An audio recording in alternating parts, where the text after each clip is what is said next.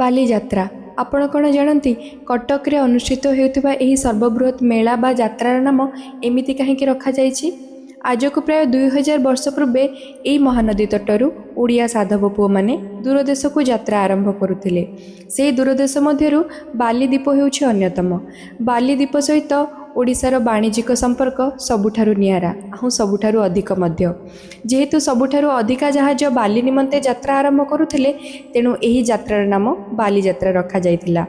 ଏମିତି ଏକ ପୁରାତନ ଐତିହ୍ୟକୁ ଆମ ଓଡ଼ିଆ ଜାତି ତା'ର ସଂସ୍କୃତି ଓ ପରମ୍ପରାରେ ଆଜି ଯାଏଁ ବାନ୍ଧି ରଖିଛି। ସେଇଥିପାଇଁ ତ 2022 ମସିହାରେ ବାଲିଯାତ୍ରାକୁ ୟୁନେସ୍କୋ ଇନ୍ଟାଞ୍ଜିବୁଲ୍ କଲଚରାଲ୍ ହେରିଟେଜ୍ରେ ସମ୍ମାନିତ କରାଗଲା।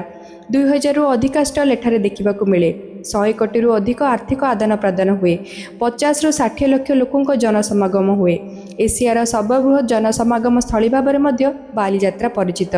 10ରୁ 12 ଦିନ ପର୍ଯ୍ୟନ୍ତ ହେଉଥିବା ଏହି ବାଲିଯାତ୍ରାକୁ ଆପଣ ସମସ୍ତେ ଯିବେ, ଓଡ଼ିଶାର କଳା, ସଂସ୍କୃତି ଓ ଐତିହ୍ୟର ଅନୁଭବ ନେବେ। ଜୟ ଜଗନ୍ନାଥ।